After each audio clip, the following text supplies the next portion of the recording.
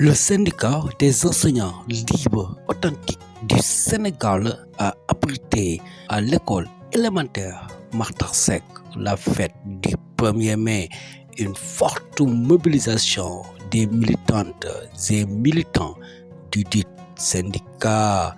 La présidente de la commission féminine, Madame Seck, souhaite la bienvenue à tous les camarades pour célébrer cette fête du 1er mai. Ensuite, elle a demandé à la fin de son allocution 1 minute de silence à la mémoire de Madame Ningue Aïta Ndiaye qui était parmi eux. Recevez, chers camarades, l'expression de notre haute considération et de notre estime distinguée.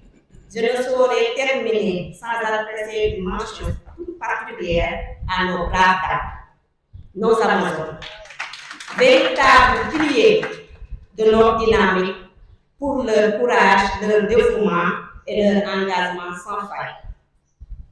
Je ne saurais terminer sans apprécier une mention particulière à notre secrétaire général, Fallou, l'homme de valeur, dont la disponibilité et le sens élevé du devoir ne cessent de contribuer de manière remarquable à la réussite et au rayonnement de notre organisation.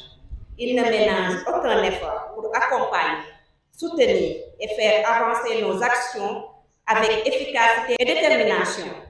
Enfin, permettez-moi aussi d'avoir une pensée profondément émue pour notre grande sœur, Madame Ningue Aïta Ndiaye. Elle fut une femme d'exception, engagée, généreuse et toujours prête à œuvrer pour le bien-être de tout le monde. Son dévouement aussi, sa sagesse et son sens du partage resteront à jamais gravés dans nos mémoires.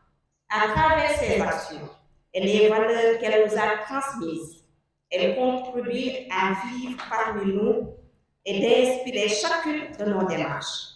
Je vous invite ainsi à observer 1 minute de silence à sa mémoire, en signe de respect, de reconnaissance et d'hommage à tout ce qu'elle a représenté pour notre organisation.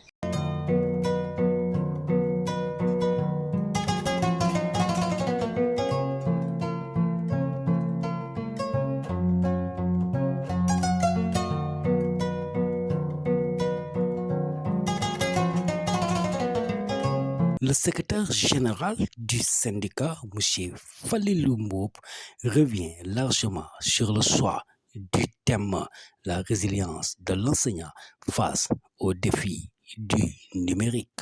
Obédience pour partager avec eux, comme nous sommes des Sénégalais à la recherche de solutions, parce que nous traversons une période de crise, comme vous le savez très bien. De cette année, c'est la résilience de l'enseignant face aux défis du numérique.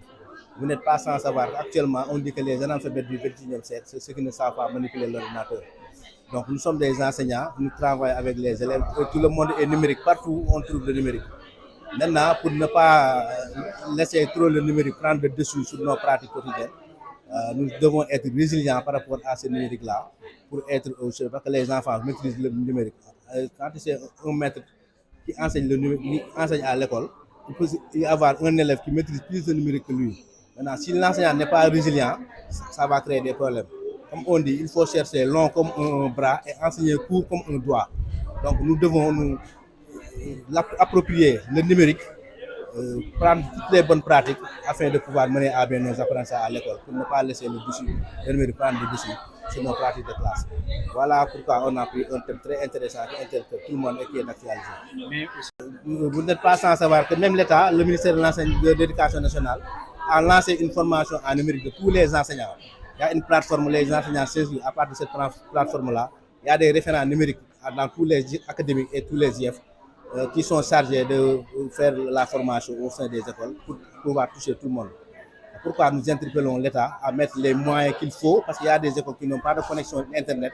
Et sans l'Internet, c'est des problèmes. Donc la formation ne peut pas se tenir correctement. Comme nous avons une école qui doit être juste et équitable, l'Internet doit être partout au Sénégal, même au village le plus reculé, on doit trouver l'Internet pour que ces enseignants-là puissent être formés dans le numérique, suivre leur carrière, etc., comme on le dit dans le New Deal.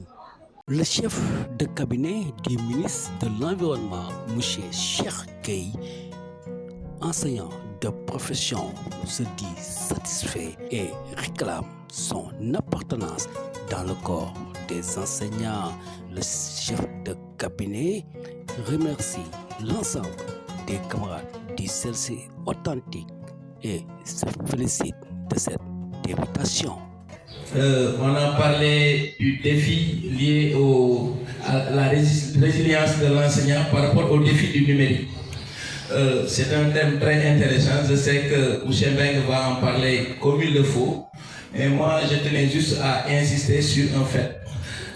Certes, c'est un défi, mais pour moi, le rôle de l'enseignant réside dans sa capacité d'attirer l'élève, de le former, de le préparer à entrer dans ce monde-là du numérique. Parce que le numérique, il y a du bon, il y a du mauvais. Il y a beaucoup de mauvais. Et l'enseignant, pour moi, son rôle, c'est de préparer l'élève à entrer dans ce monde-là et d'y être très bien protégé. Parce que l'enfant, on dit que quand on est enfant, on n'est pas encore prêt sur beaucoup de plans. Donc souvent on dit que l'enfant ou bien le mineur, il n'a pas de consentement. Souvent on dit que lui, il ne connaît pas beaucoup de choses. Le numérique est là, mais il y a des choses que vous ne devez pas faire. Il y a des arrêts. Il y a des choses que vous ne devez pas découvrir. Il y a des choses, il y a des comportements que vous ne devez pas adopter. Il y a des façons de faire que vous devez éviter. Il y a une façon de parler que vous devez éviter, etc., etc. Elles sont des qualités, des valeurs que l'enseignant devra nécessairement préparer pour que l'élève qu'il forme soit capable d'entrer dans ce monde-là du numérique et d'y être très bien protégé. Coordonnateur des professeurs CELS A et panéliste chez Meng est revenu sur le thème la résilience de l'enseignant face aux défis du numérique. Il s'en explique que le numérique n'est plus une option, mais une exigence systématique. Pour l'enseignant. Et la réponse tient à nous, selon nous, c'est la résilience. Informatique. Bah, il y a même famille de la règle. léegi ndax informatique mën nañu dund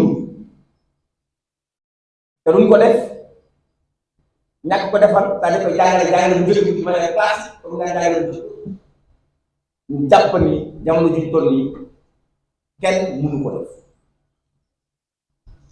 kon wax ji mooy leer na mooy que ni kenn mënu ko def boo ko mën def nag kon léegi nag nga war a toogee mooy dangay fagaru mooy xarala yi ñëw na ak suñu kaw naka la ñuy def mooy dañuy fagaru bi mooy lu ñuy waajee mooy parce que ñuy ñëw duñu ñëw ñëpp de ñu jàng on sera encore davantage.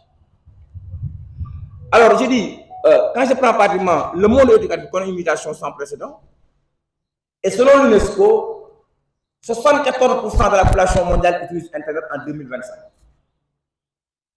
Mais paradoxalement, seuls 40% des écoles primaires et 50% des collèges sont connectés. Je veux dire ça, c'est par rapport pratiquement au monde. C'est-à-dire qu'il y a 74% de la population mondiale qui utilise Internet. Et sur les 114%, il n'y a que 40% d'écoles primaires au niveau mondial et 50% des collèges qui sont connectés. Le reste donc sans connexion. Du fait, ça veut dire que sur des terrains de lire, il y a une inégalité qui commence à juger. Alors, si vous êtes au Sénégal, la dynamique du monde est bien enclenchée. Ambition d'extension vers 111 000 enseignants. 111 000 enseignants pour être formés, c'est pratiquement presque tout le corps enseignant. Des programmes structurants visent à équiper les académies avec des ressources numériques et à former les enseignants à leur usage. Ces chiffres traduisent en réalité, le numérique n'est plus une option, il est une exigence systémique. Et comme le disait si justement Marshall McLuhan, le médium est l'apprentissage. Autrement dit, les outils numériques ne sont pas neutres, ils transforment profondément les manières d'enseigner Le secrétaire général du CELS authentique, la présidente de la commission féminine et l'ensemble des camarades se donnent rendez-vous à la préparation de l'arbre de Noël au mois de décembre.